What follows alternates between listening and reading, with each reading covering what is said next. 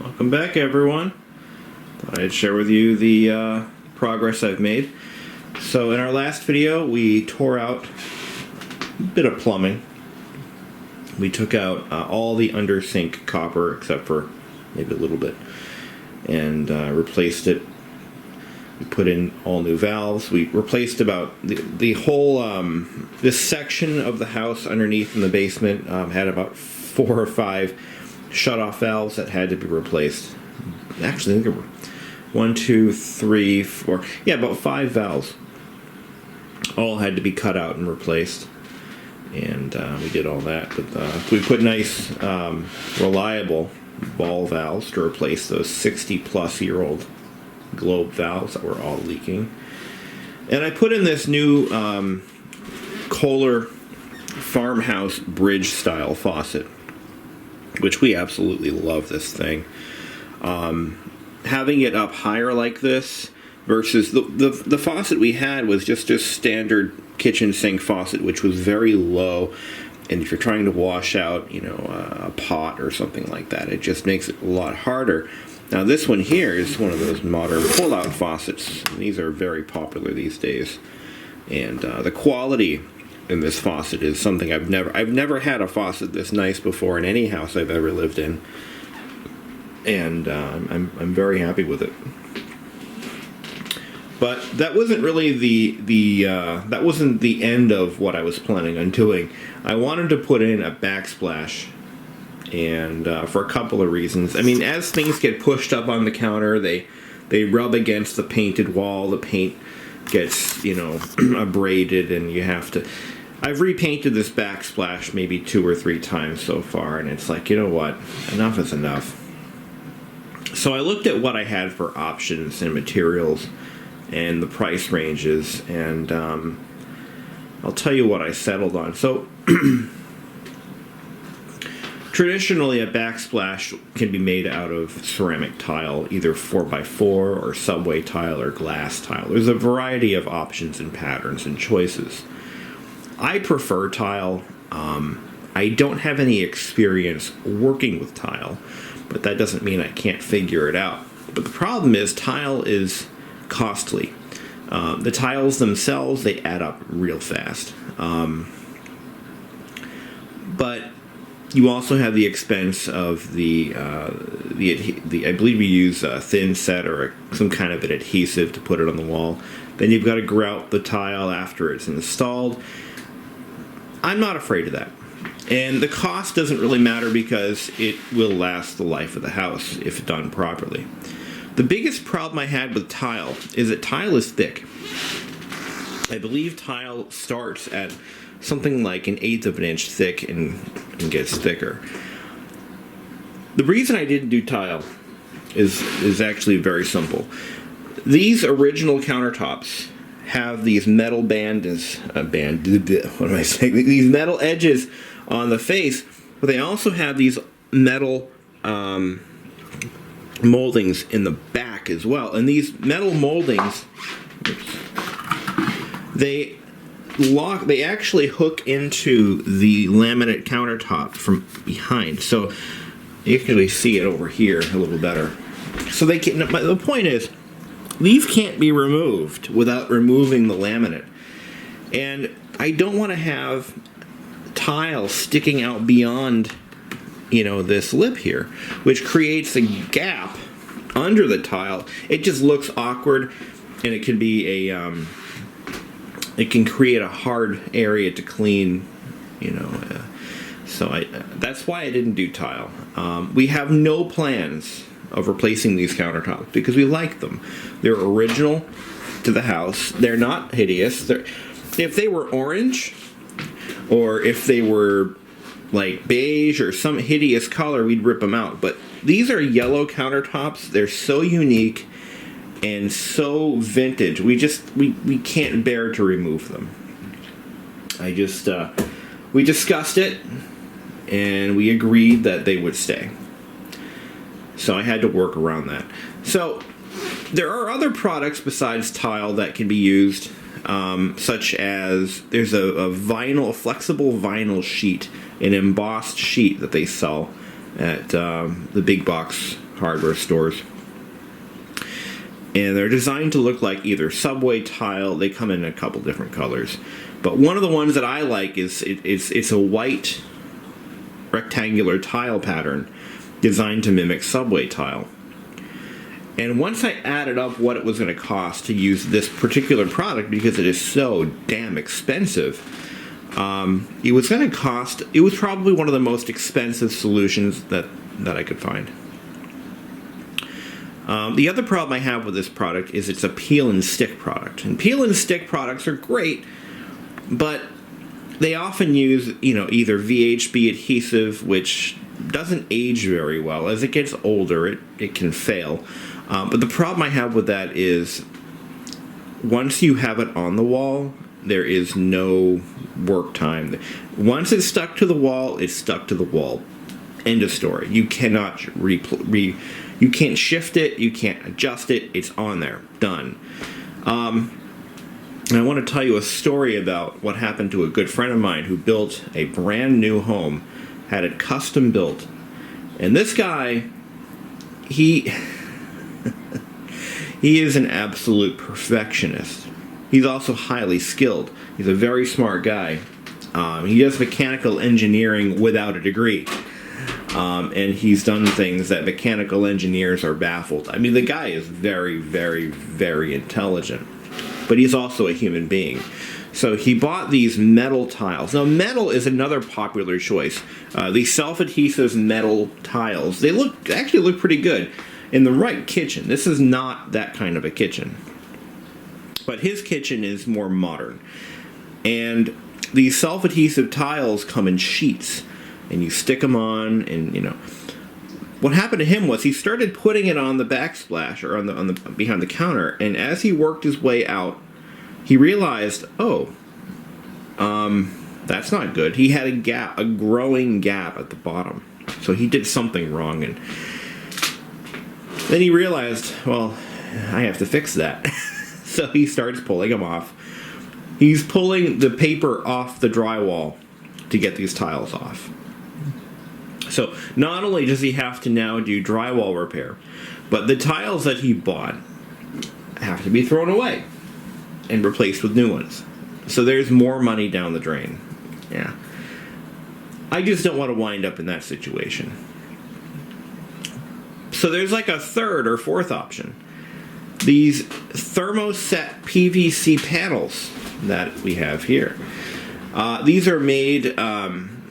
These are the Facade, F-A-S-A-D-E product. That's the brand, and the manufacturer is some 3-letter acronym. Hold on. Kitty wants in. There he is. So these are made in 18 by 24 inch panels, which can be cut down to size. And they're actually held on by construction adhesive. There's a couple of different ways. I want to talk a little bit about how some of the things I learned in the process, which might help somebody else out if you decide to go this route. I went with these because they were very cost effective at $20 a panel. So the whole thing, 1, 2, 3, 4, 5, 6, 7, 8, about 9 panels. Times 20, that's a lot. Hey, bud. So that can add up real fast, depending on the size of your kitchen. But where this stuff really comes into play is its ease of install. So because you're using a construction adhesive rather than a high bond adhesive strip, you can shift the tiles around for about 30 minutes before the stuff completely sets. So as you're applying these tiles, now one thing I would recommend is you pre-cut and tape tiles into position, or panels.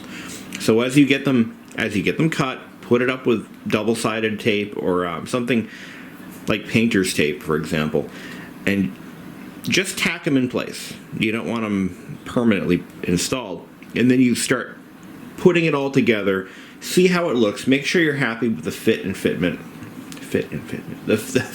in position, and make sure that you cut all your holes and notches correctly. Once you know everything is good, then you start gluing them in place. And even after that, you have a good amount of time to shift panels around so that the gaps are even or what have you.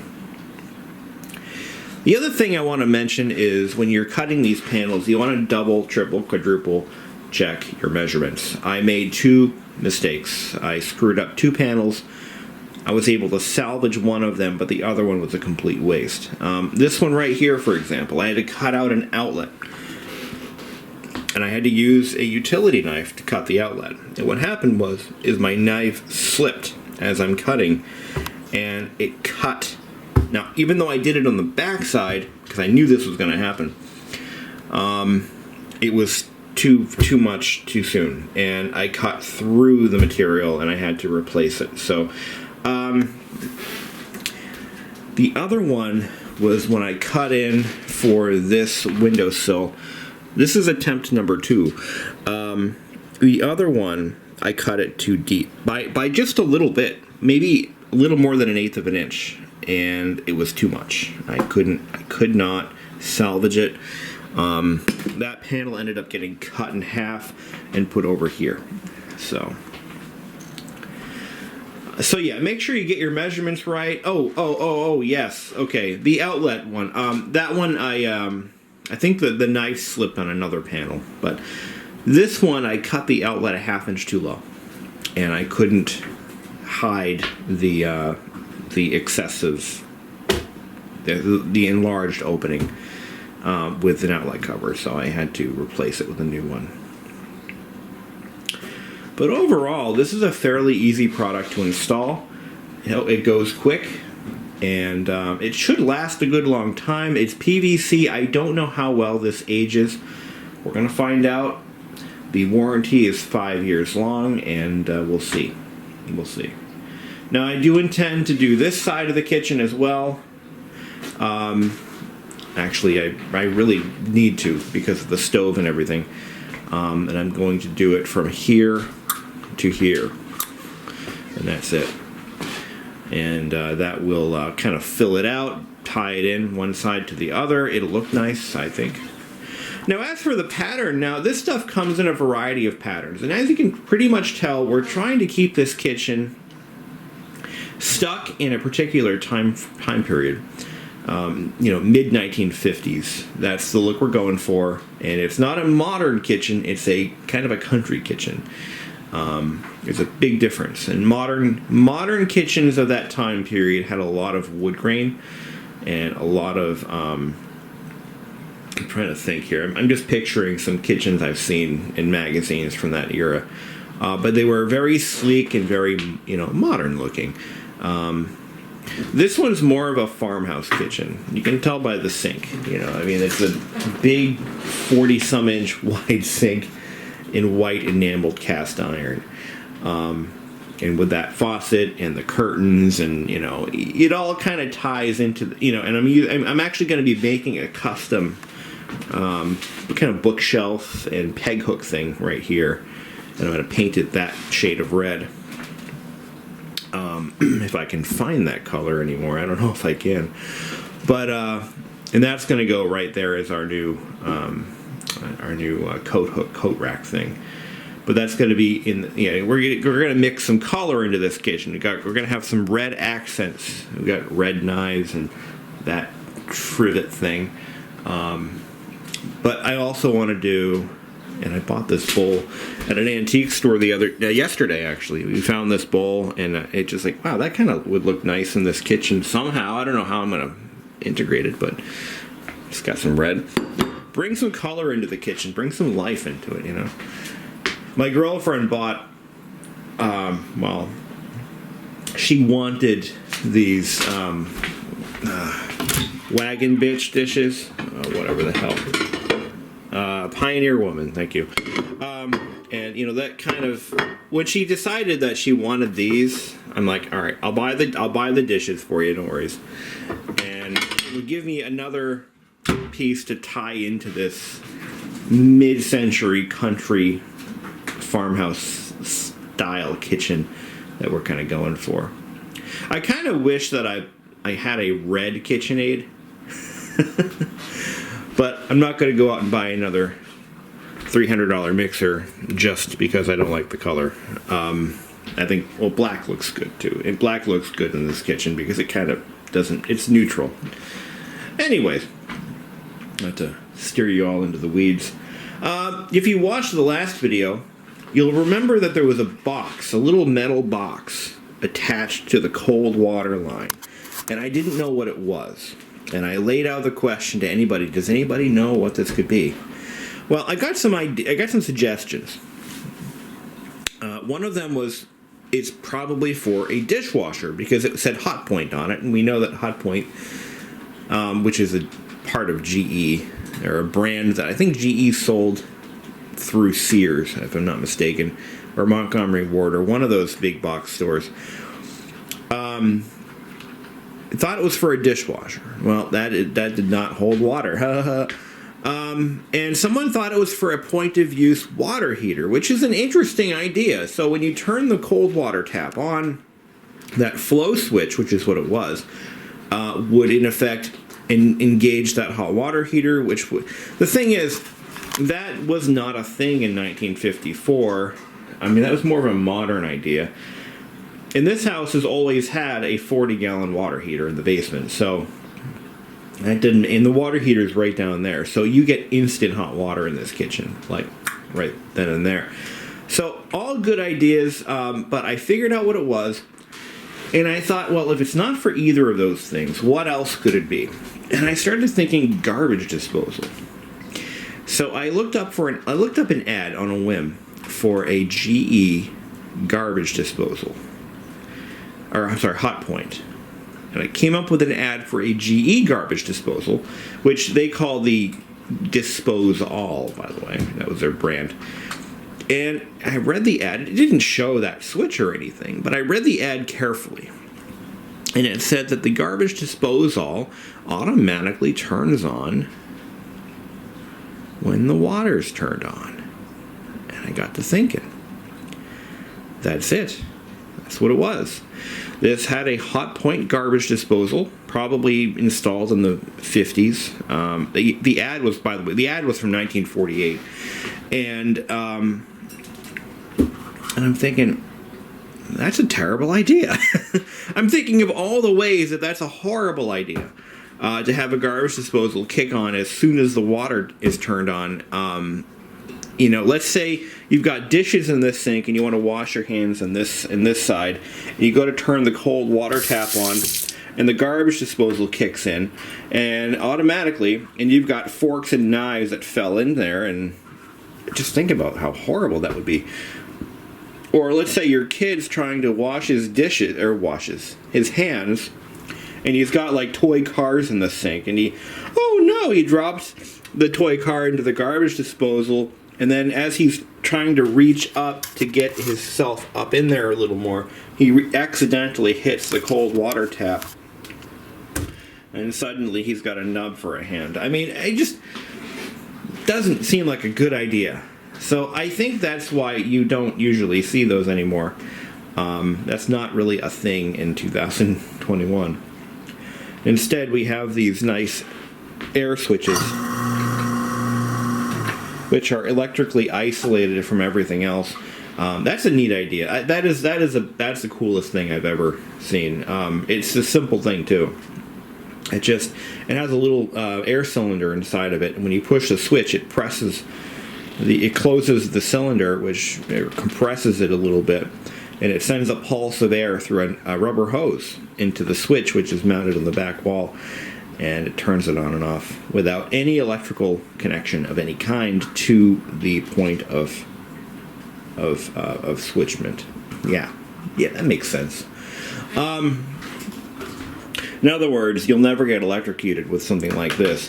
Now, let me share with you, while we're on that subject, when I bought the house, they had bypassed, that switch was disconnected long before, and they put a metal handy box on the other side of this mullion. Just the basic, it's actually this exact box right here. I just relocated it. But that was mounted right here.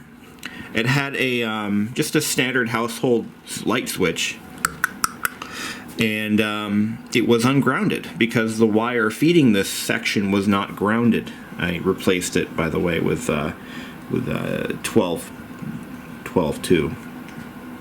So now it's grounded. But I just like couldn't believe that. I'm like, are you kidding me? So you know, think about this. The average homeowner, the average person doesn't, there's, you know, you're washing your dishes, you try to drain the sink, and all of a sudden it's clogged because you've got food particles in there. And you just instinctively grab your soapy, wet hands and you reach under here, you flip it on, and before you know it, you're on the floor.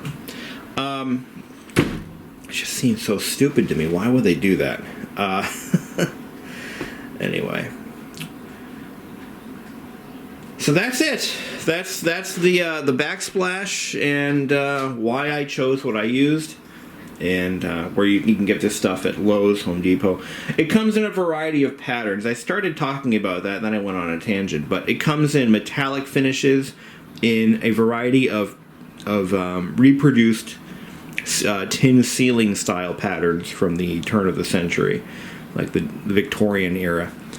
Now this white brick pattern, I chose that obviously because it definitely has a mid-century vibe to it, and I'm like, that's the one. I did buy a one of the I bought a brushed nickel panel that was in the circle pattern, and I thought that would look good, but I very quickly realized it looks, number one, it looks too trendy. It looked way too trendy for what I was going for. And because it's a look that's common right now, people are putting those in their kitchens and in that pattern, and I just thought, you know, that's not the pattern for this kitchen. And then I found the brick, and I'm like, that's what I'm looking for. That's what we're going for. So another thing I learned, by the way, is do not use a table saw to cut it, even if you have a 60T blade. The 60T blade is not it's not the right blade. You could probably use, if you could find a finer blade than that, you know, like a real fine cut blade, you might be able to get away with it. But don't do what I did. I used Fiskars Pro shears to cut this stuff, and it worked great. They sell those at Lowe's and Home Depot. And I used a utility knife to make my final little detail cuts. So definitely don't use a table saw to cut these down if you have to. You're going to regret it. Because what happens is it'll cut, but it chips it badly. And if you get a chip in these panels, it can create a crack very easily. So keep that in mind, and see you guys in another video. Floor is going to be done in April. Can't wait. I'm going to tear this sucker right up, and we're going to put put some Luan down, and then we're going to put some nice VCT, vinyl composite tile, in a checkerboard pattern, and it'll be set diagonally. So it's not going to be like this. It'll be set diagonally, so the tiles will be turned like that. Well, like that. I cannot wait. I thought about different ideas and maybe throwing some color into it, and I realized that the black and white checkerboard floor is iconic, and it's quite neutral. It is a very neutral pattern. It can actually go with a variety of different colors and styles, and it is, in essence, it is timeless. Right? It's timeless. So I thought about doing gray and white too. I didn't not think of that. Gray and white, or even green and white, but black and white, I think that's where it's at. Black and white, you got to do it in black and white. So, with all that having been said, we'll probably circle back to this project in April. What are you? Hey! Where do you find that? That, by the way, is a shaving from when I was trimming some of the tiles. or panels. But yeah, this floor is failing. It's cracking here. It's cracked pretty badly here. It's buckling right here. Just the tile itself. It's got to go. It's failed. Absolutely failed. And there's a crack there. It's actually swelling in some spots. If you saw my last video, I think I talked about how this was installed. It's actually installed on a layer of felt paper, black tar impregnated felt paper. So what they did is, back in the day on a plywood floor, they would put their first layer of glue down, then they'd lay down this felt paper, then they do another layer of glue, then they put the tile on top. It's a smart idea because it smooths out any imperfections in the plywood, but it also gives the floor kind of an expansion layer. You know what I mean? So that has a little bit of give to it.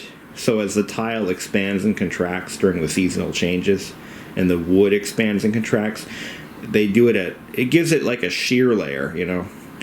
But over time, that shear layer will fail, and you get what we have here. So, all right, that's it for now. Thank you for watching, and yeah, farmhouse kitchen. I like it. It's different.